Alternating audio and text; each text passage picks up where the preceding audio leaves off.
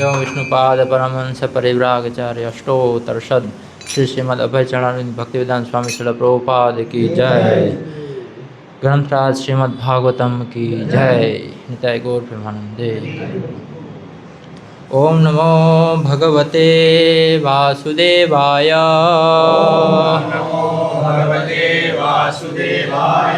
ओम नमो भगवते वासुदेवाय।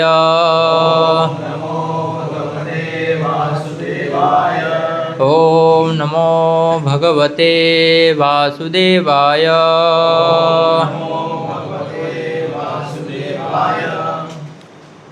श्रीमद् भागवतम स्कंद 2 अध्याय 4 सृष्टि का प्रक्रम श्लोक संख्या 8। नूनं भगवतः ब्रह्मन् हरेः अद्भुत कर्मणः दुर्विभाव्यम् इव आभाति कविभिः च अपि चेष्टितं। नूनं भगवतो ब्रह्मन् हरेरद्भुतकर्मणः दुर्विभाव्यम् इव भाभाति कविभिः चापि चेष्टितम्। नूनं भगवतो ब्रह्मन् हरेरद्भुतकर्मणः दुर्विभाव्यम् इव आभाति कविभिः चापि चेष्टितम्। नूनं भगवतो ब्रह्मन् हरेरद्भुतकर्मणः दुर्विभाव्यम् इव भाति कविभिः चापि चेष्टितम्।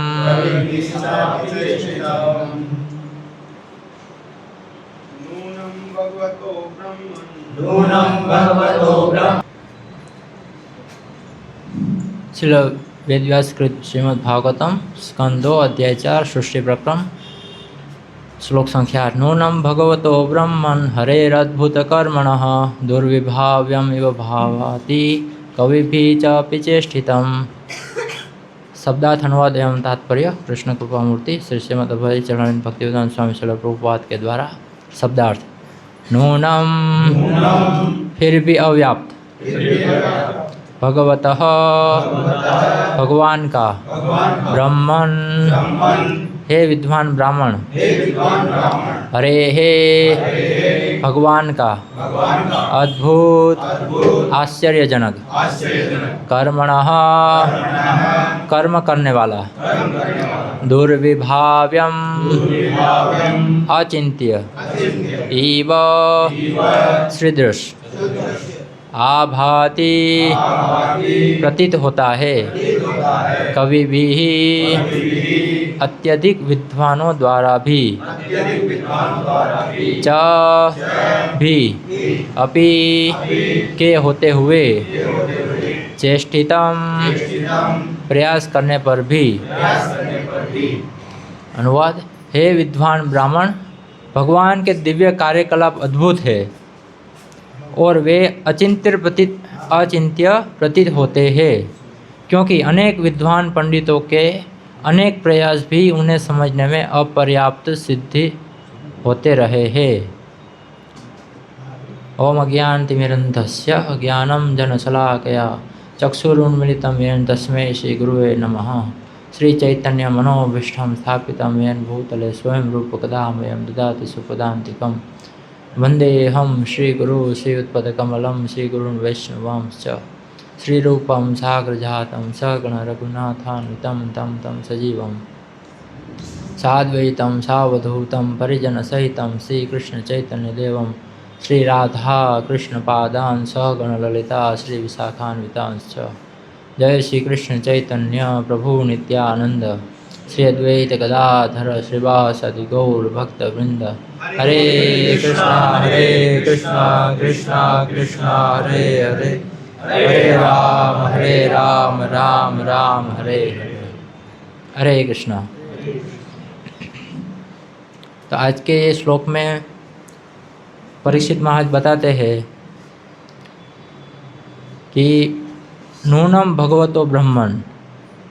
तो यहाँ पे श्रील प्रभुपाद ने नूनम शब्द का अर्थ किया है फिर भी अपर्याप्त। मतलब अपर्याप्त मतलब वो अभी उन्होंने जो आगे जो 2 श्लोक में प्रश्न पूछे हैं उनसे वो पूर्ति नहीं हुआ है, उसमें अभी कुछ कमी रह गया है। तो क्या कमी रह गया है? आगे के जो 2 श्लोक है उसमें हमने क्या परीक्षित महाराज क्या प्रश्न पूछते थे? सृष्टि का सर्जन कैसे हुआ, और उसके बाद में मतलब 7वें श्लोक में क्या प्रश्न पूछा? 2 प्रश्न पूछे न? समार और पालन कैसे करते हैं, और खेल खेल में ये सब कैसे वो करते हैं, और फिर से वो ऑटो भी लेते, समझ भी लेते हैं ऐसे। तो ये 2 प्रश्न पूछे थे ऐसे सृष्टि के बारे में, सर्जन, पालन और विनाश। तो अभी ये श्लोक में परीक्षित महाराज पूछते हैं कि ये जो आगे के 2 श्लोक में जो 3 प्रश्न पूछे थे वो अपर्याप्त थे। क्यों अपर्याप्त थे? क्योंकि वो जो प्रश्न थे वो तो सिर्फ एक ही सृष्टि के बारे में थे, लेकिन प्रभुपाद यहाँ पे तात्पर्य समझाते हैं कि अकेले इस ब्रह्मांड के सृजन में ही परमेश्वर के कार्य इतने अद्भुत प्रतीत होते हैं जिसकी हम कल्पना भी नहीं कर सकते। फिर ऐसे असंख्य ब्रह्मांड है और वे सब मिलकर सृजित भौतिक जगत कहलाते हैं, और उनकी सृष्टि का ये अंश संपूर्ण सृष्टि का एक छोटा अंश मात्र है। तो यहाँ पे जो परीक्षित महाराज पूछते हैं कि अभी तक तो मैंने जो पिछले 2 श्लोक में पूछा वो तो सिर्फ एक ही सृष्टि के बारे में पूछा था, एक ही ब्रह्मांड के बारे में, लेकिन ऐसे तो अनगिनत ब्रह्मांड है ऐसे। और वो भी जो ब्रह्मांड है वो ये जो चतुर्मुख वाले जो ब्रह्मा जी है उन्होंने जो सर्जन किया, तो इसके अलावा दूसरे जो ब्रह्मांड है वो इसके तो बहुत बड़े हैं। तो उसमें आपके जो कार्यकलाप है वो कितने अद्भुत होंगे। अद्भुत का मतलब समझते हैं आप? वैसे अद्भुत मतलब आश्चर्यजनक, मतलब वो हमको हमारी जो सामान्य बुद्धि से हम समझ में ना आए वो ऐसा। जैसे हम समझ सकते हैं कि मान लीजिए एक नारियल का पेड़ है, अभी उसमें ऊपर नारियल लगा हुआ है, तो वो नारियल में पानी कहाँ से आता है? यहाँ से तो कोई मोटर तो लगाया हुआ नहीं हमने, तो फिर उसमें पानी कहाँ से आता है? पानी आता है फिर थोड़े समय मतलब ज़्यादा समय रहता है तो उनका वो जो नारियल जो वो बन जाता है, उसमें तेल भी आ जाता है, तेल हो जाता है ना। वो नारियल कोकोनट का हम ऐसे पीसते तो तेल हो जाता है ऐसे, तो उसमें तेल कहाँ से आया? तो ये एक सामान्य चीज़ वस्तु है, उसको हम समझ नहीं सकते। तो फिर ये तो कितना अद्भुत बात है कि भगवान ने ये पूरा जो सृष्टि है उनका सर्जन किया ऐसे, वो तो उससे भी बहुत बड़ी बात है ऐसे। तो अभी मैं कल परसों ऐसे पढ़ रहा था ऐसे कि जो वैज्ञानिक है उसमें प्रभुपाद बताते हैं कि कोई ऐसे तर्क करते हैं कि भाई मतलब जो परम सत्ता है उन्होंने क्या एक मशीन बना के रख दिया है, और वो मशीन अभी काम चलता रहता है। जैसे एक स्त्री और पुरुष बना दिया है, उससे पूरा सृष्टि चलता रहता है ऐसे। तो वो क्या है, उन्होंने मशीन के साथ गणना की है। तो वो बोलते हैं हम ऐसा भी एक मशीन बनाएंगे जो अपने आप ही ऐसे चलता रहे ऐसे। तो प्रभुपाद वहाँ ऐसे तर्क देते हैं कि आप ऐसा मशीन बना सकते हैं जो ऑटोमेटिक चलता रहता है और अभी चलता भी है ऐसे, लेकिन क्या आप ऐसा मशीन बना सकते हैं जो दूसरे ऐसे मशीन उत्पन्न कर सके जो अलग जो जीव हो, मतलब चेतना हो ऐसे? मनुष्य है, स्त्री और पुरुष है, तो वो क्या है, एक बालक का जन्म होता है तो वो मतलब चेतन होता है, वो कोई मशीन नहीं रहता है ऐसे। तो मतलब उनके सामने जो वैज्ञानिक का जो संशोधन है वो बहुत ही तुच्छ है। तो कहने का अर्थ है भगवान का ये जो अद्भुत कर्मण है, मतलब कर्म करने वाले, आश्चर्यजनक कर्म करने वाले, वो क्या है, हमारे ये जो सामान्य बुद्धि है उनसे हम समझ नहीं सकते, इसलिए उनको कहा गया है दुर्विभाव्यम। दुर्विभाव्यम मतलब अचिंत्य। तो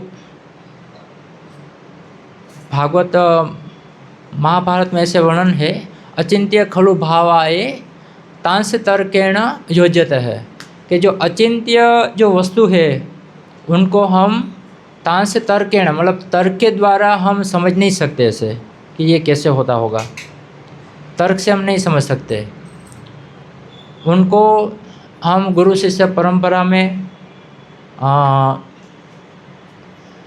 प्रामाणिक संप्रदाय उनके मार्गदर्शन में हमको जो ज्ञान मिलता है उसके द्वारा ही हम जो भगवान की जो ये अद्भुत कर्म है वो हम समझ सकते हैं ऐसे। फिर आगे बताते हैं दुर्विभाव्यम एवं आभाते मतलब प्रतीत होते हैं। कैसे प्रतीत होते हैं? कवि भी ही च अपि चेष्टितम मतलब अत्यधिक विद्वानों द्वारा भी प्रयास करने पर भी वो अपर्याप्त सिद्ध होते हुए है, मतलब वो समझ नहीं सकते। तो यहाँ पे जो कवि भी है अत्यधिक विद्वान, मतलब प्रभु जी ने बताया जैसे ब्रह्मा जी है, नारद जी है, मरीचि है, तो वो जो इतने बड़े हमसे तो कहाँ ऊपर है उनके, हम हमारे जैसे वो सामान्य कोई व्यक्ति नहीं है, तो वो भी समझने में असफल रहे, मतलब वो अपर्याप्त सिद्ध हुए हैं। तो उदाहरण आपको याद दिलाएंगे, भागवतम में कौन सा उदाहरण आता है? ब्रह्मा जी का आता है, लीला आता है, कौन सी आती है? ब्रह्म विवरण लीला आती है।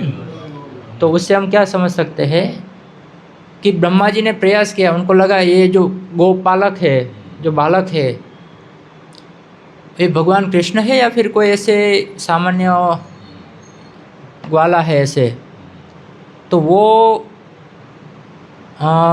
परीक्षा करने के लिए उन्होंने क्या किया, सब बछड़ों को अपहरण कर लिया और वहाँ पे वैसे ही भगवान ने फिर से अपने विस्तार किया, जो सब बछड़े के रूप में आ गए ऐसे। तो वो जो लीला से ब्रह्मा जी समझ गए कि भाई यही जो ग्वाला है वही साक्षात पूर्ण पुरुषोत्तम परमेश्वर है, वही भगवान है ऐसे। तो वो एक लीला से हम समझ सकते हैं कि भी जो विद्वान लोग हैं, कवि भी है, वो भी उनकी समझ में जो भगवान है उनके जो कर्म है वो समझ में नहीं आते ऐसे। और दूसरी कोई लीला है?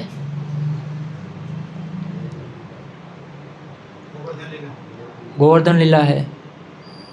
इंद्र भी समझ नहीं सके थे भगवान की जो कितने महान है, उनकी क्या महानता, उनके क्या अद्भुत कर्मण है, वो नहीं समझ सके थे।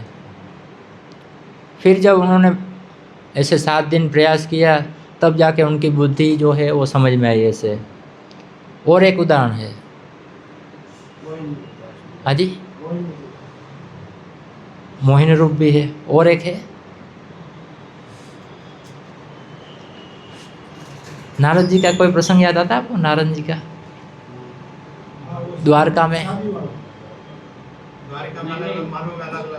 नारद जी को भ्रम आ जाता है, वो चेक करने लगते हैं कि भगवान एक जगह कैसे हो तो आ जाए। हाँ, हम भागवतम में 10वें स्कंद में कृष्णा बुक में वर्णन आता है ना कि नारद जी पहले एक महल में जाते हैं तो वहाँ भगवान कृष्ण है अपने बालों के साथ खेलते रहते हैं, दूसरे में जाते तो वहाँ अपनी पटरानियों के साथ वो आनंद लेते हैं, तीसरे में जाते तो ऐसे सब में अलग अलग होते हैं। तो फिर वहाँ उनको मतलब इससे ये प्रसंग से हम समझ सकते हैं कि नारद जी पर चकित हो गए थे, वो भी वो समझ नहीं सके थे भगवान की जो लीला किया है वो।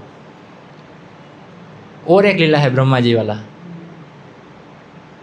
वही द्वारका वाली लीला है, चतुष्कुमार आए हैं वो। तो वहाँ पे फिर ब्रह्मा जी अंदर जाते हैं तो अलग अलग बहुत सारे अनेक मुख वाले जो है ब्रह्मा जी वो उनके दर्शन करते देखते हैं कि यहाँ तो मैं एक ही ब्रह्मा नहीं हूँ, दूसरे भी बहुत सारे ब्रह्मा है।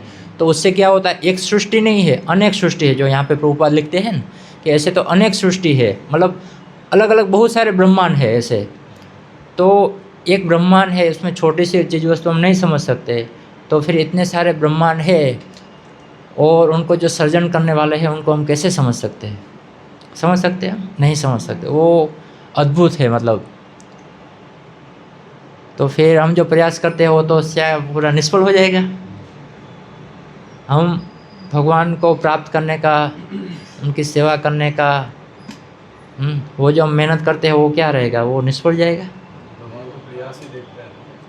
लेकिन प्रयास देखते वो सही बात है, लेकिन मतलब समझ तो नहीं सकते। तो मतलब आपका प्रयास क्या रहा? गुरु परंपरा के जी ब्रो। गुरु परंपरा के हिसाब से भगवान को हाँ, गुरु परंपरा के द्वारा हम भगवान को समझ सकते हैं ऐसे। मतलब हम ऐसे टेस्ट करने नहीं जाएंगे ये भगवान है कि नहीं है, ऐसे उनकी क्या लीला है, ऐसे वो भी है ऐसे। तो देखेंगे हम आगे।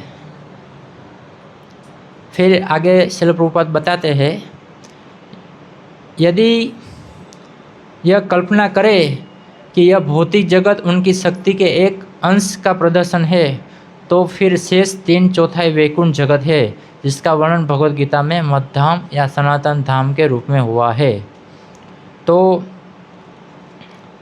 जैसे मैं ये गोलोक चार्ट के ऊपर प्रवचन सुना था अच्युत कृष्ण प्रभु के, तो उसमें प्रभु जी पहले बताते थे कि ये जो पूरा जो गोलोक चार्ट है वो ब्रह्मा जी ने कैसे वर्णन किया। तो जैसे हम पहले ही श्लोक में हम देखते हैं, प्रथम स्कंद के पहले अध्याय में और पहले श्लोक में, कि भगवान ने उनको तेने ब्रह्म हृदय आदि कवि, उनको हृदय में प्रकाशित किया ज्ञान। उन्होंने पहले तप करने के बोले, तप करने से उनको भगवान ने उनको हृदय में प्रकाशित किया। तो वैसे ही प्रभु जी बता रहे थे कि भगवान ब्रह्मा जी है, उन्होंने ऐसे ध्यान किया और ध्यान से उनको पता चला कि जो आध्यात्मिक जगत है वो कैसा है। और वो जैसा उन्होंने ध्यान की अवस्था में उन्होंने जैसे भगवान के गोलोक धाम है, वैकुंठ है और ये भौतिक जगत है, तीनों का जैसे उन्होंने दर्शन किया वैसे ही उन्होंने पूरा वर्णन किया है। नहीं तो इतना वर्णन कैसे कर सकते हैं, कितना मतलब उसमें डिटेल में है, ज्ञान है ऐसे कि गोलोक है, धाम है, उसमें कितने अलग अलग ऐसे मतलब अलग अलग ग्रह है, अलग अलग गोलोक है, उसमें अलग अलग जो भगवान की लीलाएं चलती रहती है, अलग अलग रस है ना। तो वो सभी तो एक ही ग्रह में नहीं है, अलग अलग ग्रह में है। जैसे दाम्पत्य रस है या फिर वात्सल्य है, सख्य है, दास्य है। तो वो जो भी भक्त है जो अलग अलग रस से भगवान के साथ आदान प्रदान करते हैं, तो वो कोई एक ही ग्रह में नहीं है, वो सब उनके लिए अलग अलग ग्रह है ऐसे। फिर वैकुंठ है तो वैकुंठ में भी अलग अलग ग्रह है ऐसे। और उसके बाद आता है भौतिक जगत है। भौतिक जगत का कैसे सर्जन होता है, उसमें 14 लोक है, उनका कैसे सर्जन करते हैं। तो वो जो पूरा है वो ब्रह्मा जी ने ध्यान की अवस्था में पूरा जो भगवान का धाम है उनका दर्शन किया था। तो वो कोई सामान्य व्यक्ति नहीं है, जैसे मायावादी लोग कहते हैं कि ये जो पूरा वर्णन है, क्योंकि भगवान का वर्णन करना और भगवान के धाम का वर्णन करना वो तो दिव्य है, और भौतिक चीज़ वस्तु से हम उनका वर्णन कर नहीं सकते हैं। तो मतलब वो जो ये सिर्फ लिखा गया है वो सिर्फ कल्पना है, क्योंकि आध्यात्मिक चीज़ वस्तु का तो हम वर्णन नहीं कर सकते ना। क्योंकि हम भौतिक या जो चर्म चक्षु है या फिर जो भी भौतिक इंद्रिया है उनसे हम आध्यात्मिक जो वस्तु है और आध्यात्मिक भगवान के जो रूप है, गुण है, लीला है, उनका धाम है, तो वो हम भौतिक इंद्रियों से उनका वर्णन नहीं कर सकते। तो फिर अभी हम जिस रूप का हम दर्शन कर रहे हैं और जो उनकी जो शिक्षाएं है, उपदेश है, उनके जो अद्भुत कर्म है, उनके बारे में हम सत्संग करते हैं, तो वो जो सारी चीज़ वस्तु है वो क्या है, एक कल्पना है। वो सही नहीं है, वो वास्तविकता नहीं है। ऐसे मायावादी को जो लोग हैं उनकी धारणा ऐसे रहती है, लेकिन उनको ये पता नहीं है कि ये जो ज्ञान है और ये जो भगवान का जो रूप है वो कोई सामान्य व्यक्ति के द्वारा प्रस्तुत नहीं हुआ है, वो ब्रह्मा जी के द्वारा पूरा वर्णन किया गया हुआ है और उसके अनुसार ये शिक्षा है, उसके अनुसार ये रूप है ऐसे। और ब्रह्मा जी है वो हमारे जैसे कोई सामान्य बद्धजीव नहीं है ऐसे, वो भगवान के कृपा भक्त है, मतलब वो कृपासित भक्त है ऐसे। तो उनकी कृपा से, भगवान की कृपा हो तो कुछ भी भगवान का धाम है, भगवान का रूप है, वर्णन कर सकते हैं, उसमें कोई वो उनके लिए वो कोई बड़ी बात नहीं है ऐसे। लेकिन हमारे लिए ये संभव नहीं है। तो हम देखते हैं यहाँ पे, मैंने कल इसके बारे में सार्वभौम प्रभु है जो प्रभुपाद के शिष्य है, उनका प्रवचन उनको मैंने सुना था। तो ये जो वस्तु है कि ये जो भौतिक जगत है वो एक चतुर्थांश है, मतलब एक चौथाई भाग है, और 3 भाग भगवान का आध्यात्मिक जगत है। तो उनको हम कैसे समझे, तो उन्हें एक अच्छा उदाहरण दिया था कि यहाँ पे मान लो ये सूरत सिटी है ऐसे, तो इसमें कितने सारे लोग हैं, बहुत सारे लोग हैं, और उसमें एक जेल है, और जेल में कितने लोग हैं, इनके कंपैरिजन में बहुत कम लोग हैं ऐसे। तो वैसे ही ये जो भौतिक जगत है वो जेल के समान है, और जो आध्यात्मिक जगत है वो ये सिटी के समान है। तो हम कंपैरिजन मतलब समझ सकते हैं कि जेल में जो है जितने लोग हैं उससे ज़्यादा सिटी में है, वैसे ही जो भौतिक जगत है और उनका जो एरिया है, जो विस्तार है, वो इससे बहुत 3 गुना आध्यात्मिक जगत में है। हाँ, तो वो ये उदाहरण से हम अच्छे से समझ सकते हैं इसे। फिर आगे श्री प्रभुपाद बताते हैं, हम पिछले श्लोक में देख चुके हैं कि भगवान पहले सृष्टि करते हैं और फिर उसे समेट लेते हैं। यह कार्य केवल भौतिक जगत पर लागू होता है, क्योंकि उनकी सृष्टि का बहुत बड़ा भाग वैकुंठ लोक न तो सृजित होता है न उसका विनाश होता है। तो आगे के श्लोक में देखे थे क्रीडयंती है ना, क्रीडन, तो खेल खेल में, मतलब भगवान है वो खेल खेल में सृजन कराते भी है और उनको समेट भी लेते हैं। तो इनका भी एक अच्छा उदाहरण दिया था प्रभु जी ने कि जैसे हम समुद्र के तट पे या फिर नदी के तट पे हम जाते हैं तो बच्चे क्या खेलते हैं ऐसे, तो वो कोई घर बनाते हैं या फिर ऐसे रास्ता बनाते हैं, 1-2 घंटा खेलते हैं। जैसे ही समय होता है तो वो घर पे जाते हैं, तो वो टाइम पे क्या है, लात मार के पूरा फिनिश कर देते हैं, वो नाश कर देते हैं, समेट लेते हैं मतलब। या फिर ऐसे समुद्र का थोड़ा तेज़ पानी आया, मौजा आया, तो वो पूरा साफ कर देगा। तो वैसे ही वो खेल खेल में हुआ है, वो कोई ऐसे गंभीरता नहीं है उसमें, कि ऐसा नहीं कि बहुत ऐसे ध्यान से किया है ऐसे, और कितना आगे भविष्य का रहेगा वो भी उन्होंने सोचा नहीं। ऐसे ही 1-2 घंटा खेलने के लिए गया और उसमें खेल में ये घर बनाया, और फिर जैसे घर जाने का समय हुआ तो वो पूरा नाश कर दिया। तो वैसे ही भगवान है वो खेल खेल में ये जो भौतिक जगत है उनका सर्जन करते हैं, आध्यात्मिक जगत का सर्जन नहीं करते, क्योंकि वो तो सनातन है, उनका ना सर्जन होता है ना उनका विनाश होता है ऐसे। लेकिन ये भौतिक जगत है उनका जो है वो ऐसे खेल खेल में, और कोई इतना गंभीरता से नहीं, मतलब इतना ध्यानपूर्ण नहीं, ऐसे ही उनका सर्जन कर देते हैं।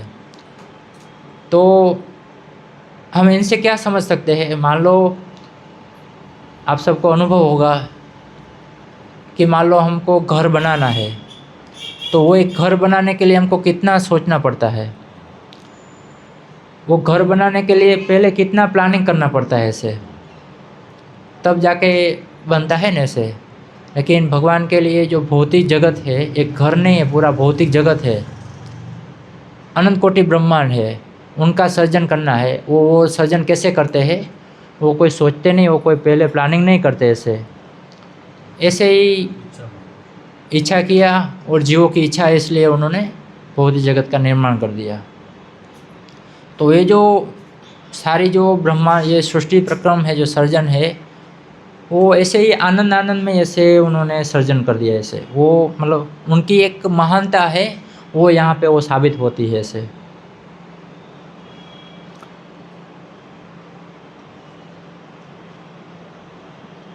अन्यथा उससे सनातन भगवान अपने धाम में रहते हैं और उनका सनातन धाम, सनातन नाम, गुण, लीलाएं, पार्षद तथा व्यक्तित्व, ये सभी उनकी विभिन्न शक्तियों तथा अंशों के प्रदर्शन है।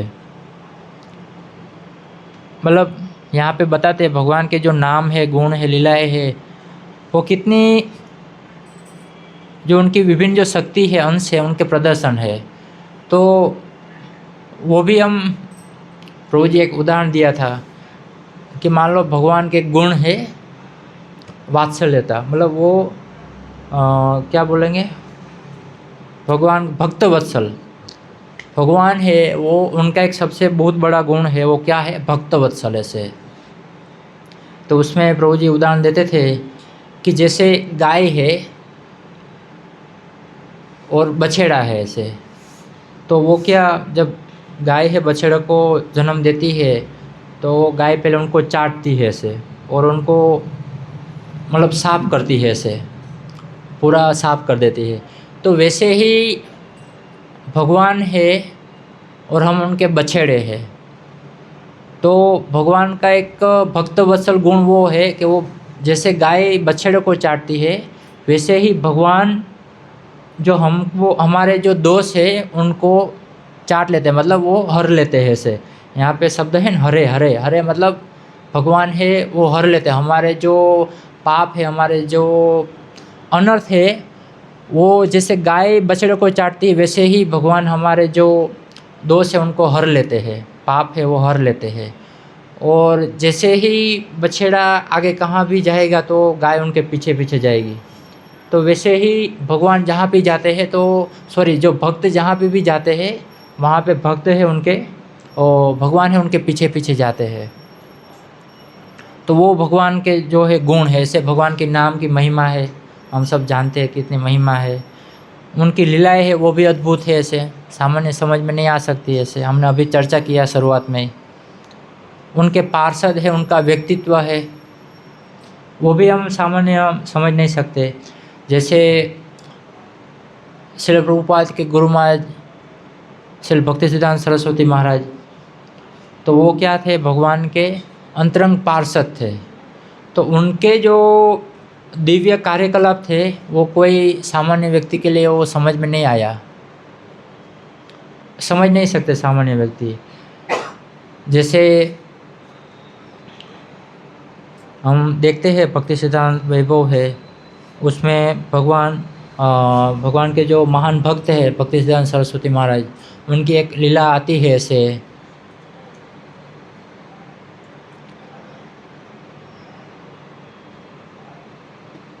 भक्ति सिद्धांत सरस्वती महाराज की इच्छा थी ऐसे कि जो उन्होंने श्री प्रभुपाद को आदेश दिया था कि आप भाई फॉरेन जाओ और वहाँ पे आपको इंग्लिश आती है तो वहाँ पे ये भागवत है, भगवान का नाम है, उनका प्रचार कीजिए ऐसे। तो ऐसे बहुत सारे अलग अलग भक्त हैं, उनको उपदेश दिया था। और उसमें श्रील प्रभुपाद के पहले 2-3 भक्त हैं, सन्यासी है, उनको ऐसे बाहर भेजे भी थे। वो बोन महाराज है, बोन महाराज को पहले भक्ति सिद्धांत सरस्वती महाराज ने वहाँ पे बाहर विदेश लंदन में भेजे थे ऐसे कि वहाँ पे आप प्रचार कीजिए ऐसे। लेकिन बोन महाराज है, उनको जो भक्ति सिद्धांत सरस्वती महाराज है उनकी जो वाणी थी, उनके जो उपदेश थे, उनके ऊपर पूर्ण रूप से विश्वास नहीं था। और जब वो वापस आए तो जब वो पहली बार वापस आने के बाद भक्ति सिद्धांत सरस्वती महाराज को उनको मिले तो वहाँ पे एक और भक्त थे, गृहस्थ भक्त, उनका नाम मैं भूल गया, अभी याद नहीं है, लेकिन वो भी महान भक्त थे ऐसे। तो जब वहाँ पे पहली बार ही ऐसे बोन महाराज है वो भक्ति सिद्धांत सरस्वती महाराज को मिले तो वहाँ पे उन्होंने अलग अलग तर्क प्रस्तुत किए कि वहाँ के जो लंदन मतलब बाहर के जो लोग हैं वो तो पूरे भौतिकतावादी लोग हैं, उसमें कोई सदाचार नहीं है, कोई सभ्यता नहीं है। वो लोग हैं वो पूरा राजसिक है, तामसिक है, और ये जो संदेश है भगवान का नाम है वो ग्रहण नहीं कर सकेंगे, वो नहीं कर सकेंगे। इसलिए वहाँ पे जो मेहनत करना है हमको, प्रचार करना है, वो व्यर्थ है। वहाँ पे क्या इतना परिणाम नहीं मिलेगा हमको। तो कहने का अर्थ क्या है, वो जो भक्ति सिद्धांत सरस्वती महाराज के जो शिष्य हैं जो बाहर गए थे, उनको ये भगवान की जो वाणी है और भक्ति सिद्धांत सरस्वती महाराज के जो उपदेश है उनके ऊपर पूर्ण रूप से विश्वास नहीं था। और इसलिए वो पूर्ण विश्वास नहीं था। क्यों विश्वास नहीं था? क्योंकि वो उनको पूर्ण रूप से समझ नहीं सके थे भक्ति सिद्धांत सरस्वती महाराज को। तो इसलिए वो जो है वो उनका जो प्रयास किया वो इतना सफल नहीं हुआ। लेकिन प्रभुपाद है उनको पूर्ण रूप से भक्ति सिद्धांत सरस्वती महाराज है उनके ऊपर पूर्ण रूप से विश्वास था कि मेरे गुरु महाराज कह रहे हैं तो वो सार्थक होगा, भले वहाँ कैसा भी परिस्थिति हो, कैसा भी वातावरण हो।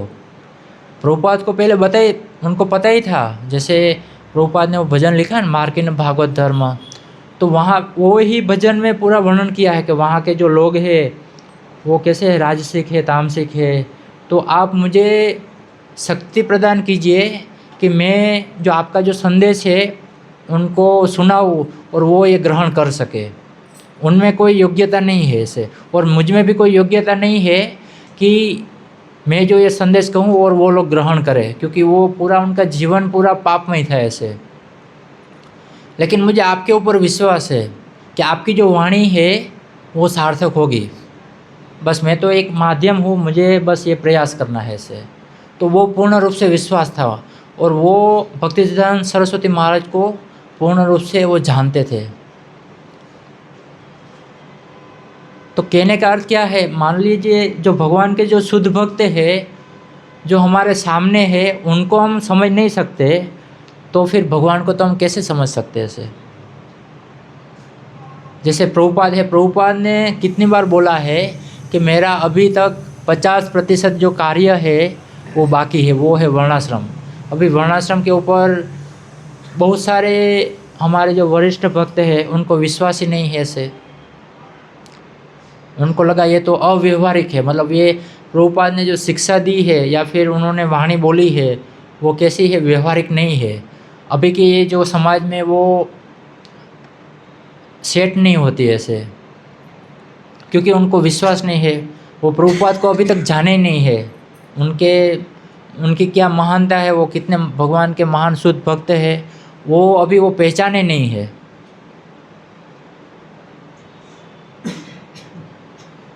फिर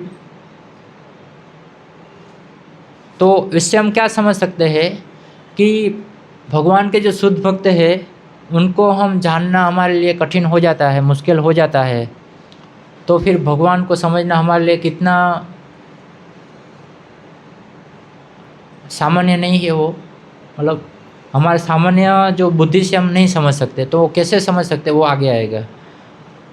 फिर आगे बताते हैं, भगवान अनादि अर्थात वे जिनका कोई सृष्टा ना हो तथा आदि अर्थात सभी वस्तुओं के उद्गम कहलाते हैं। मतलब ये भगवान जो है उनके जो जैसे ही ईश्वरः परम कृष्ण सच्चिदानंद विग्रह अनादिर आदिर गोविंद सर्व कारण कारणम। तो ब्रह्मा जी कहते हैं भगवान है वो कैसे है, आदि अनादि है। उनका क्या मतलब होता है? हाँ, तो यहाँ पे अनादि शब्द का अर्थ बताया है। अनादि मतलब जिनका कोई सृष्टा नहीं है, मतलब जिनका कोई सर्जन करने वाला नहीं है, वो भगवान कृष्ण है। और आदि मतलब जो सारी जितने भी चीज़ वस्तु है उनका जो मूल स्रोत है वो है भगवान कृष्ण। ऐसे समझ में आया उनका शब्द का अर्थ, आदि अनादि।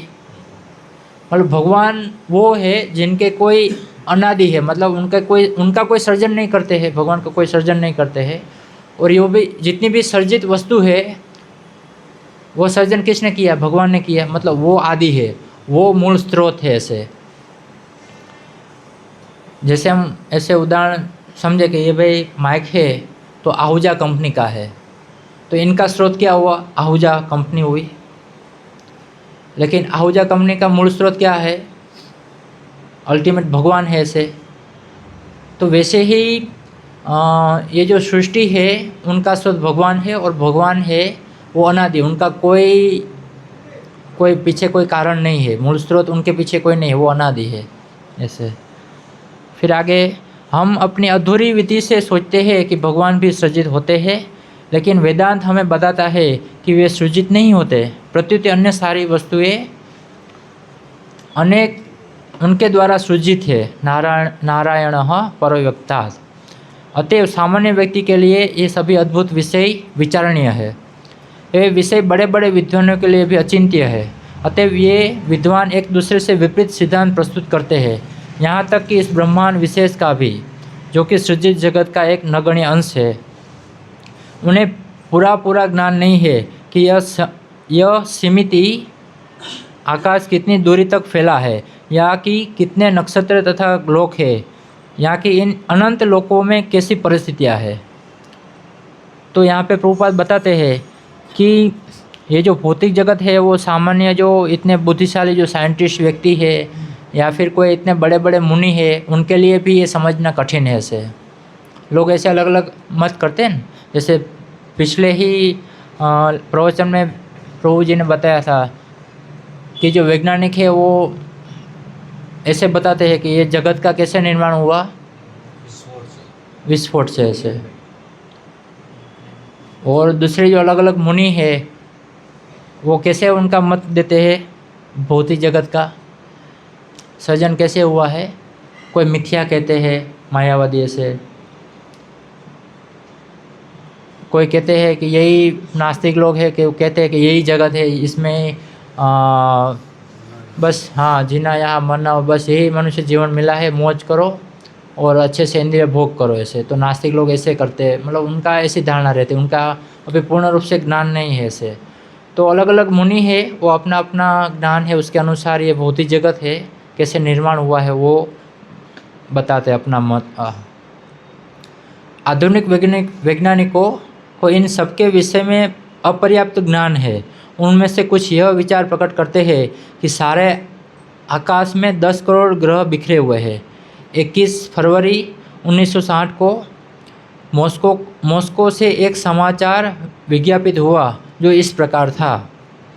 रूस के प्रसिद्ध ज्योतिर्विज्ञान के प्रोफेसर बोरिस वोरोंतसोव वेलियामिनोव ने कहा है कि ब्रह्मांड में ऐसे असंख्य ग्रह होने चाहिए जहां तर्कशील प्राणियों का निवास है। मतलब उन्होंने ऐसे पूर्ण रूप से बताया नहीं दिया, यहाँ पे लिखा है ना कि होना चाहिए, असंख्य ग्रह होना चाहिए, है या नहीं है उनको पता नहीं है, वो एक कल्पना करते हैं ऐसे। लेकिन हम भागवतम पढ़ते हैं तो उसमें ऐसा कोई भी शब्द नहीं है कि होना चाहिए या हो सकेगा, वो कल्पना नहीं है। जो सही वस्तु, मतलब ब्रह्मा जी को पूर्ण ज्ञान था कि यहाँ पे ये वस्तु है, यहाँ पे ये नहीं है, इतने ग्रह है, इतना लोक है ब्रह्मांड के, ये 14 लोक है, वो पूर्ण रूप से सटीक रूप से यहाँ पे ये ज्ञान है, उनका निर्देशन दिया हुआ है ऐसे। ऐसा संभव है कि ऐसे ग्रहों में पृथ्वी जैसा ही जीवन फल फूल रहा हो। रसायन विज्ञान के डॉक्टर निकोलाई चिरोव ने अन्य ग्रहों के वायुमंडल की समस्या पर विचार करते हुए इंगित किया है कि उदाहरण के तौर पर कहा जा सकता है कि मंगल ग्रह के जीव ने शरीर के कम तापमान की स्थिति में सामान्य जीवन होने के लिए अपने आप को अच्छी तरह अनुकूल बना लिया होगा। उन्होंने कहा कि उन्हें लगता है कि मंगल लोक के वायुमंडल का संगठन उस ग्रह के अभ्यस्त प्राणियों के जीवन के लिए सर्वथा उपयुक्त है और उन्होंने अपने को तदनुसार ढाल लिया है। विभिन्न लोकों में प्राणी की इस अनुकूल क्षमता का वर्णन ब्रह्म संहिता में विभूति भिन्नम के रूप में किया गया है। अर्थात ब्रह्मांड के असंख्य ग्रहों में से प्रत्येक में एक विशेष प्रकार का वायुमंडल दिया गया है और वहाँ के प्राणी विज्ञान तथा मनोविज्ञान के क्षेत्र में काफ़ी बढ़े चढ़े हैं, क्योंकि वहाँ का वायुमंडल बेहतर है। विभूति का अर्थ है विशिष्ट शक्तियाँ और भिन्नम का अर्थ है विविध। जो विज्ञानी बाह्य अंतरिक्ष की खोज करने का प्रयास करके यांत्रिक व्यवस्था द्वारा अन्य ग्रहों तक पहुंचने का प्रयत्न कर रहे हैं, उन्हें यह भली भांति जान लेना चाहिए कि जिन प्राणियों के शरीर पृथ्वी के वायुमंडल के अनुकूल है वे अन्य ग्रहों के वायुमंडल में नहीं रह सकते। हमारी अन्य ग्रहों की सुगम यात्रा पुस्तक देखें। मनुष्य को इस शरीर को त्यागने के बाद एक भिन्न लोक में जाने के लिए अपने को तैयार रखना होगा, जैसा कि भगवद गीता में कहा गया है, यान्ति देवता देवान् पितॄन् यान्ति पितृवतः भूतानि यान्ति भूतेज्या यान्ति मध्य जिनोपि माम।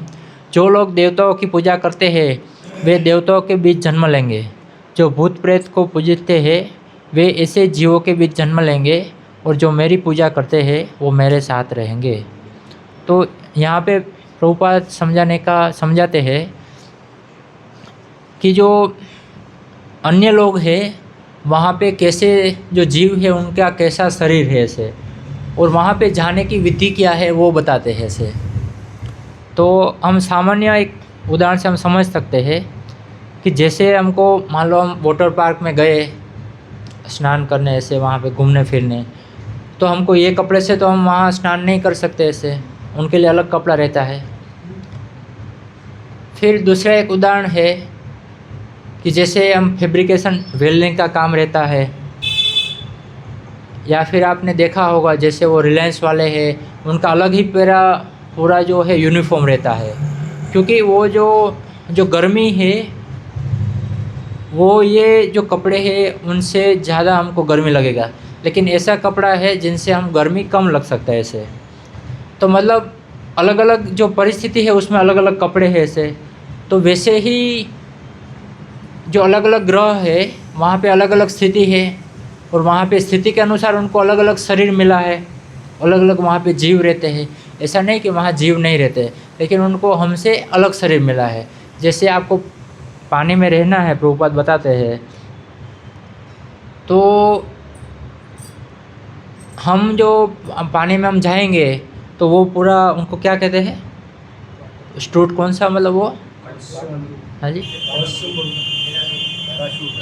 पैराशूट तो ये तो हवा वाला है, कुछ शब्द है, मतलब वो भी हम जो पहन के हम जो समुद्र में जाएंगे तो कुछ ही समय तक उसमें रह पाएंगे, फिर हमको बाहर आना पड़ेगा।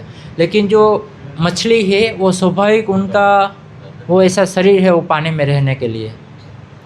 तो वैसे ही हमको मान लो दूसरे ग्रह में जाना है तो हमको ये शरीर को त्याग करना पड़ेगा, ये शरीर के साथ हम दूसरे ग्रह में नहीं जा सकते हैं।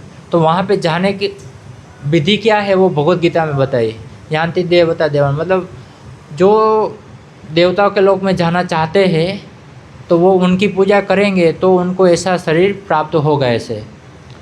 लेकिन ये शरीर के साथ कोई ऐसे सोचते हैं कि यही शरीर के साथ मैं दूसरे अन्य ग्रह में जाऊंगा, तो वो संभव नहीं है ऐसे।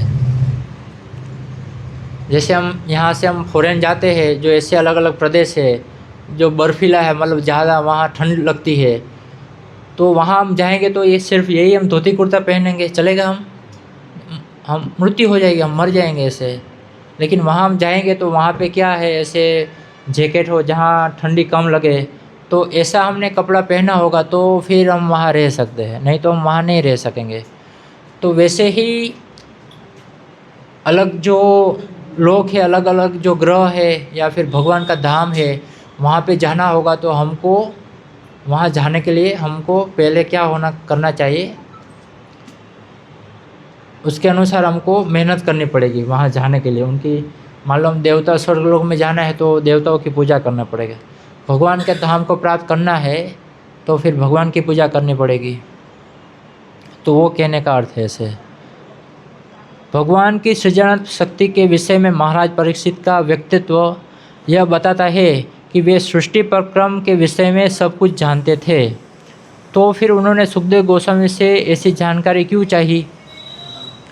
पांडवों के वंशज महाराज परीक्षित महान सम्राट थे तथा भगवान श्री कृष्ण के महान भक्त थे, अतः वे जगत की सृष्टि के विषय में बहुत कुछ जानने में सक्षम थे, लेकिन उनका यह ज्ञान इतना पर्याप्त न था।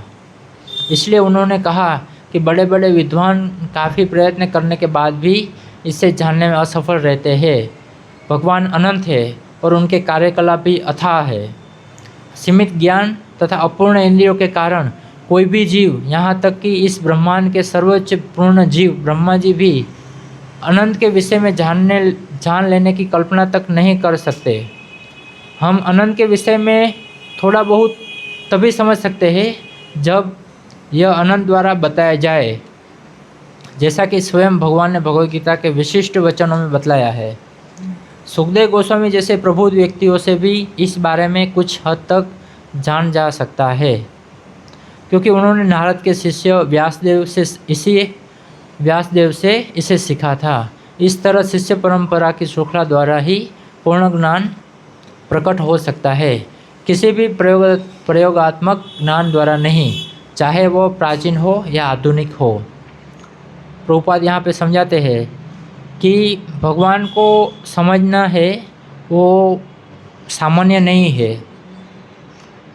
जैसे पहले स्कंद में आता है कि ब्रह्मा जी जब बाणशैया पे थे तो ब्रह्मा जी है वो युधिष्ठिर महाराज को बताते हैं कि आपके भीष्म पितामह युधिष्ठिर महाराज को बताते हैं कि आपके जीवन में जो भी दुख आए हैं वो काल की वजह से आए हैं, और काल है वो भगवान कृष्ण के ही निर्देश के अनुसार चलते हैं। ऐसे मतलब आपके जीवन में जो भी दुख आए हैं वो भगवान की इच्छा से ही आए हुए हैं ऐसे।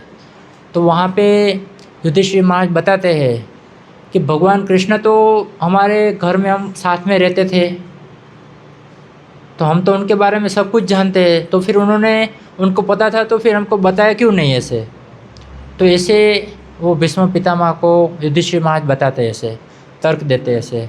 तो वहाँ पे भीष्म पितामह है वो बताते हैं कि भगवान को समझना वो सामान्य बात नहीं, भले हमारे साथ रहते हैं लेकिन हम उतना ही भगवान को समझ सकते हैं जितना वो हमको समझाना चाहते हैं। उनकी कृपा रहेगी उतना ही हम समझ सकते हैं, पूरा हम उनको समझ नहीं सकते ऐसे। तो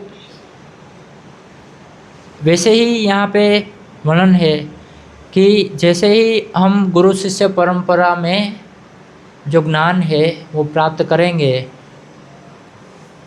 तो हमारे लिए जो आवश्यक है समझने के लिए वो भगवान कृपा करेंगे, वो समझने के लिए वो है भक्तों के माध्यम से, गुरु के माध्यम से। लेकिन हम गुरु शिष्य परंपरा को साइड में रख के हम अपने शक्ति के अनुसार हम भगवान की भक्ति करने जाएंगे, सेवा करने जाएंगे, तो वो हम पूर्ण रूप से हम सफल नहीं होंगे, हम विफल हो जाएंगे। इसलिए आवश्यक है जो गुरु शिष्य परंपरा प्रामाणिक संप्रदाय में ही हम ज्ञान प्राप्त करें, उसके अनुसार ही हम भगवान की सेवा करें, तभी हमारा जो जीवन है वो सफल होगा। मतलब हम भगवान को समझ सकते हैं। भगवद गीता में वर्णन है अनन्य चेता स्मरति अनन्य सततम कीर्तयन्तो माम, वो श्लोक है। उसमें दूसरी लाइन है तस्याहम सुलभः, मतलब और भी एक श्लोक है भक्त्या मां विजानाति यावन यच्चस्मि। तो भक्ति के द्वारा ही भगवान है, उनको समझना, उनको प्राप्त करना वो सुलभ है ऐसे। लेकिन हम भक्ति को छोड़ के ज्ञान है, योग है, कर्म है, उसके अनुसार वो जो विधि है या फिर वो हम मार्ग चुनेंगे तो फिर भगवान है उनको प्राप्त करना हमारे लिए कठिन हो जाएगा।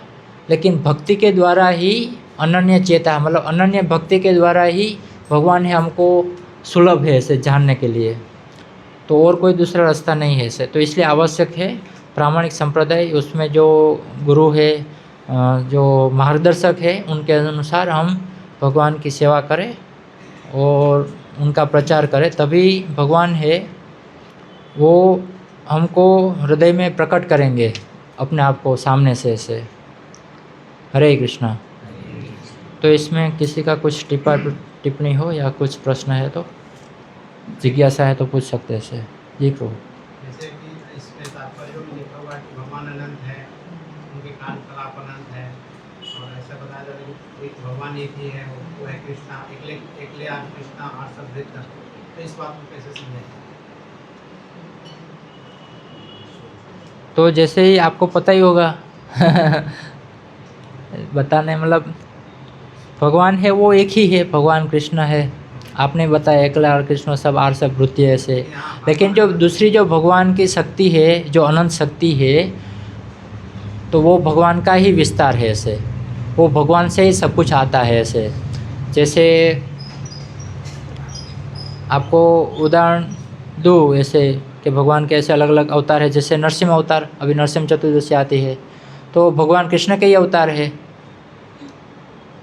तो अभी महाप्रभु आए थे बुधवार को, वहाँ पे राधेश्वर का जो सेंटर है वहाँ राम जी मंदिर, तो उसमें यही एक लीला मतलब वही एक उदाहरण था ऐसे कि वहाँ पे भगवान बताते हैं जब भगवान नरसिंहदेव प्रकट हो गए और नरसिंहदेव भगवान ब्रह्मा जी को बताते मतलब बुलाते उनको कि आप इधर आओ, क्योंकि वो दूर थे ऐसे कि ये जो आपको जो रूप देख रहे हैं नरसिंहदेव भगवान का रूप, वो रूप कैसा है, वो क्यों ऐसा भगवान ने रूप लेने की ज़रूरत पड़ी, वो आपके कारण से। वो ब्रह्मा जी ने वरदान दिया था, तो उसके कारण से भगवान कृष्ण ने ये नरसिम्हा रूप धारण किया था। फिर वराह अवतार है, कुर्म अवतार है, ऐसे जितने भी अवतार है वो उनका कुछ उद्देश्य है, वो उद्देश्य सिद्ध करने के लिए भगवान कृष्ण वो अवतार लेते हैं ऐसे। भगवान जब ब्रह्मा जी उठाते हैं तो ब्रह्मा जी प्रहलाद को भेजते हैं। हाँ जी प्रभु। ब्रह्मा जी प्रहलाद को भेजते हैं, हाँ खुद नहीं जाते। हाँ, कि आप आगे जाओ पहले ऐसे, उनको डर लगता था क्योंकि इतना भयानक मतलब वो इतना भगवान का रूप था ऐसे, भयावह था, मतलब वो सामान्य जो भक्त नहीं है उनको तो डर ही लगेगा ऐसे। तो कहने का अर्थ है ये भगवान की जो अनंत शक्ति है, भगवान के अनंत रूप है, वो भगवान से ही आते हैं ऐसे, ये रूप में से भगवान नहीं आते ऐसे। मतलब भगवान का जो रूप है एकल आर कृष्ण आर सब भृत्य, मतलब जो भगवान है वही एक ही कृष्ण है, जो दूसरे है जो आर सब भृत्य मतलब जो दूसरे हो उनके ही विस्तार है ऐसे। तो वो उनके जो विस्तार है वो अनंत है ऐसे, वो कोई थोड़े कुछ गिने चुने 24 अवतार नहीं है ऐसे, बहुत सारे अवतार है ऐसे। समझ में आया आपको? प्रयास किया मैंने अपने ऐसे। और कुछ किसी का? हरे कृष्णा। श्रीमद् भागवतम पुराण की जय। श्रील प्रभुपाद की जय।